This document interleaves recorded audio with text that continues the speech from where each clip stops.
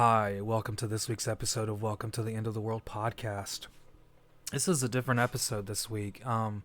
Sorry if you hear my chair squeak and my voice not really sounding so hot. I'm a little sick. Not with COVID, with something else. Not sure. I'm a teacher by job, so trait, if you will. So picked up something at school and brought it home, and I've been sick for the last week. So this is actually a redo episode. Originally, we recorded this episode with Travis, just like the others. However, the recording was corrupted, so we couldn't use it. And tried to get back together to record a follow-up. I was sick. He wasn't able to do it. So, I didn't want this episode to go lost, because this movie is actually really interesting, which gets us into what movie we're talking about tonight. This is The Bed Sitting Room, which is a comedic take on the end of the world, which is very different than the movies we've talked about thus far. So I'm just going to kind of go through the movie, a little bit of background, a little bit of its history, and then a little bit of the plot, like we have previously. Not nearly as long, obviously, because it's just me talking, but and I'm still kind of sick, so we'll see how long I can go before I just have to take a moment. But this is a movie, Bed Sitting Room, which is primarily based in the UK, but directed by an American, directed by a man named Richard Lester, who up until that point of making The Bed Sitting Room had primarily been making a lot of comedies based on the Beatles. If you've ever seen the movie Help and things like that, that's kind of what he was behind. And those movies are very entertaining and very fun. This movie is not like that at all. This movie is based on a play as well, also called The Bed Sitting Room, and which you think of like some plays that are turned into movies. I think that this is one of those movie plays that probably would work better on stage. I feel like you would get more of the intimacy with the actors, and the performance would be more intense and immediate. I don't think you lose any of that with the camera, but I think some of the funnier moments would stand out more on a stage than on camera. That's just my take. And as we talk about the movie, maybe I can explain a little bit of that. It's a hard movie to explain in so many words.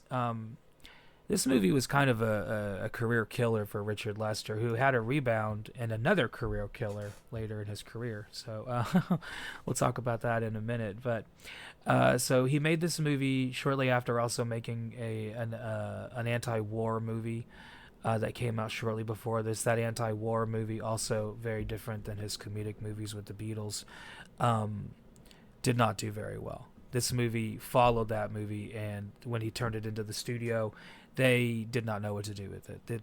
If you ever have a chance to watch it, which you can on Amazon Prime, not a sponsor, you will find that the movie is very difficult to explain in long form. Like, how would you sell this movie to people? It's a little difficult, and I think the studio could understandably, they didn't know what to do with it. So they just kind of held on to it for a while, trying to think of a way to market it. They eventually released it to a film festival in Berlin in 1970, almost a year after it was made. And it was given the tagline, "We've got a bomb on our hands," both in reference to the plot of the movie, but also in reference to, the bomb of a box office bomb. And that's kind of what this was. It did not really find its audience, and it's kind of like this weird lost Monty Python movie almost. A great number of the cast has appeared in some of the Monty Python movies and sketches, so you have a lot of those really wonderful actors in here. You also have some greats, like Dudley Moore shows up. The cast is absolutely fantastic. It's some of the best British comedians of the time. So if you have a fondness for British comedies, such as maybe Fawlty Towers or Monty Python, or even maybe some of the more modern ones like Spaced, or maybe even like Red Dwarf or Doctor Who a little bit, some of the funnier episodes of those. I think if you have any kind of fondness for that, you would love this movie. It is very much a British comedy through and through, and very much wears that on its sleeves. And in a way, I kind of really like that. And in another way, as we talk more about it, it does kind of make it a little bit difficult to explain the movie beat for beat, note for note, without taking away a lot of what makes the movie work. So the cast is fantastic. The movie was a bomb. Richard Lester's career kind of suffered for a little while, but he was able to bounce back. He was actually an assistant, I think, on the first Superman movie, and then he took over Superman 2 when Richard Donner was removed from the cast, and he led a lot of the reshoots on Superman 2. If you the Superman movies, I have a running joke amongst a lot of my friends that there's been like 7, 8, 9 Superman movies, more than that if we go even further back, and not many of them are good. And Richard Lester's Superman 2 it's not as good as Superman 1, but it's better than Superman 3 and 4. And there's that. And that's kind of the best thing you can say about Richard Lester's Superman 3, which he also was the primary director on, which is the one that stars Richard Pryor. If you've ever seen the Superman movies. If you've never seen the old Christopher Reeve Superman movies and you love yourself some superhero movies, I would say give them a shot. Your mileage is going to vary.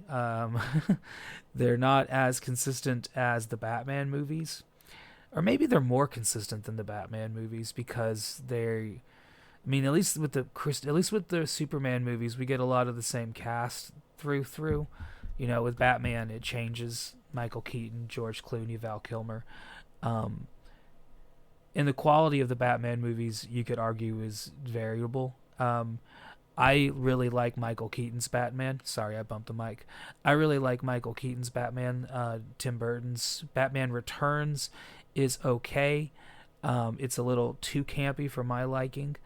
But I feel like if you're a big Batman fan, you could argue both of those movies are awful because they don't really present Batman in a way that is consistent with the character in the comics, in terms of, he just flat out fucking murders people in Batman Returns. Like in the beginning of the movie, I think Batman kills like 15, 16 people by the end of just like the first 30, 40 minutes of Batman Returns. It's a bit much. Batman Forever, I have a fondness in my heart for, simply because I really like that movie. It was one of the first movies I remember got like huge promotion behind as a kid. I remember the cups at 7-Eleven, the toys, the action figures, the soundtrack. Like I remember all of that. So that's one of those ones that I will give you is not a good movie, but I do have a fondness for it. And Batman and Robin is a complete fucking disaster. And it's not even fun to watch after a certain point. It's just painful. There are some funny moments. Anything with Arnold is funny in that movie, but there's just a bad movie. Whereas with the Superman movie, Superman 1 is actually like a pretty good movie. Superman 2 isn't bad. Superman 3 is not bad, only because it's better than Superman 4. Superman 4 is pretty terrible. And if you take Superman 3 on its own, it's also pretty bad. And you could also maybe say the same thing about the second one. The second one is more of just a little bit of mishmash of a movie. There's a lot of different versions of it out there, so I guess it kind of depends on what version you're really watching to see kind of what the movie actually looks like. It's one of those kind of movies where it depends on which version you watch. It's kind of like Blade Runner. Each version is a little bit different and kind of can increase your likability of the film quite a bit or diminish it, just depending on whether or not you like the character and like what's different about the different edits of Superman 2. Sorry about the chair squeaks. I need some WD-40. So that's a little bit about the background of this movie. Like I said, it was a play adapted to a film. Richard Lester, almost killed his career in the 70s. He bounced back, kept making movies, did Three Musketeers, did some other movies, not the Chris O'Donnell Three Musketeers, the one from the 70s. Did a couple other movies as well here and there. Very consistent director. And this movie is not bad. Like, it is actually a good movie. It's just very difficult to find an audience for, I would say. So the movie starts by telling us that the world is basically just about to end because of the world's shortest war, which total time lasts about 2 minutes or so, and that includes the time it takes to sign the peace treaty. And the bomb has been dropped, and we're in the future, and there's only about 20 or so people left in the world, and this kind of like a little vignette style film where we jump between different sets of characters and just kind of follow their lives and see what their lives are like now that the world has kind of ended and so many years have passed on by. And so in that way, the movie kind of reminds me of Gumo, if you've never seen that movie, which is equally kind of disturbing. In that Gumo is set in a town following the events of a natural disaster.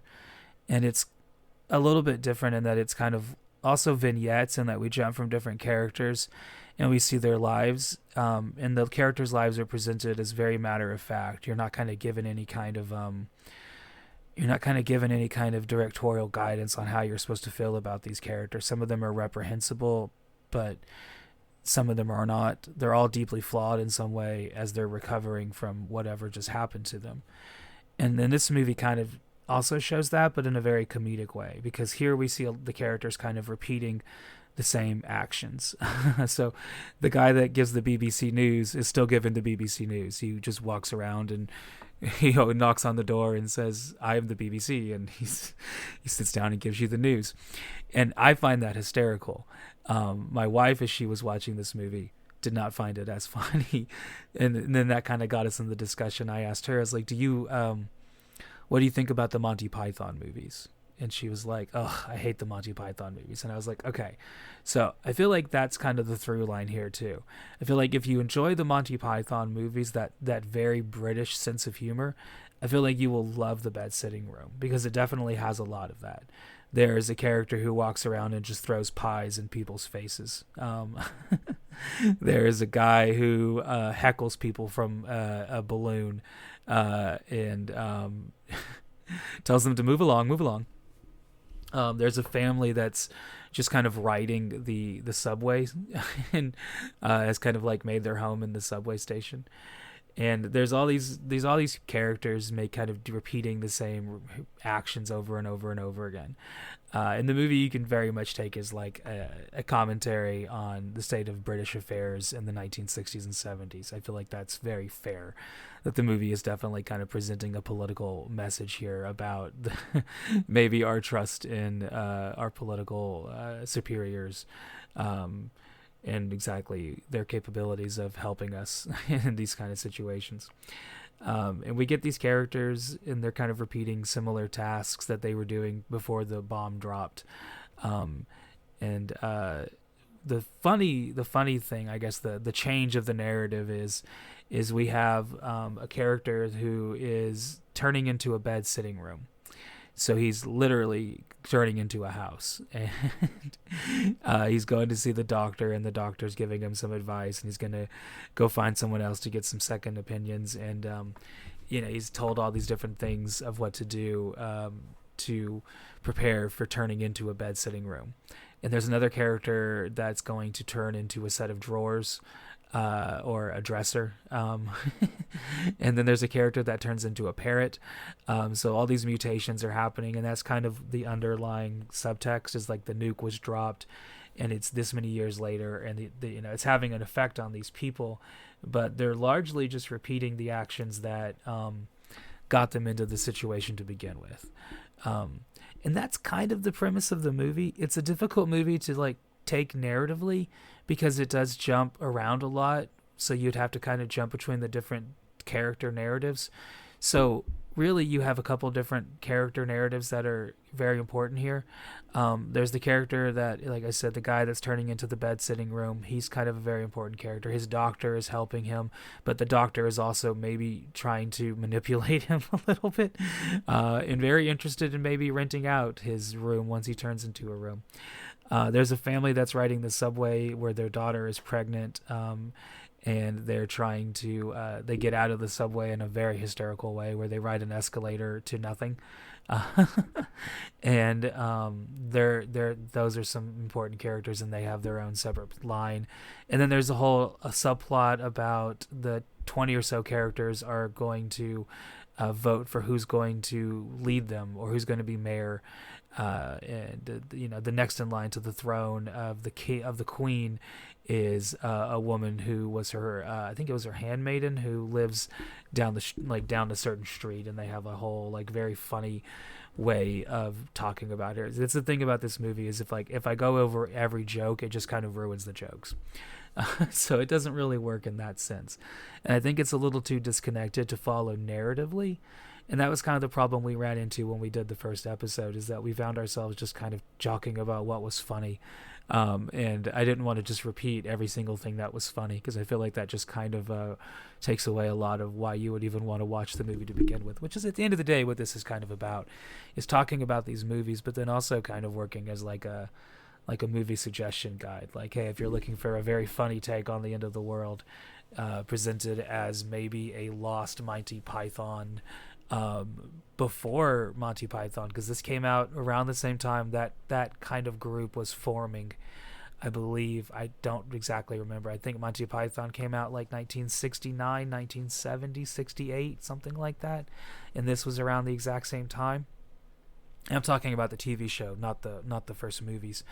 And so this kind of works as an entry into that, if you ever wanted to see a sci-fi, not even sci-fi, low sci-fi. There's not really a lot of science fiction here other than the mutations, which is presented for laughs. Take on the end of the world with a little bit of British Monty Python-esque humor. I think that's definitely what I would say this is. This movie is available to watch on Amazon Prime, like I said. It is also available for purchase on DVD and Blu-ray. I think it's on Blu-ray. I know for sure it's on DVD. It's a little pricey. Oh, sorry, bumped the microphone again. It's a little pricey. And I wouldn't necessarily recommend buying it without watching it first, because I don't think for everyone it's definitely going to be their cup of tea. I feel like even for me, it overstayed its welcome a little bit. It's just a little bit longer than I would have liked it to be.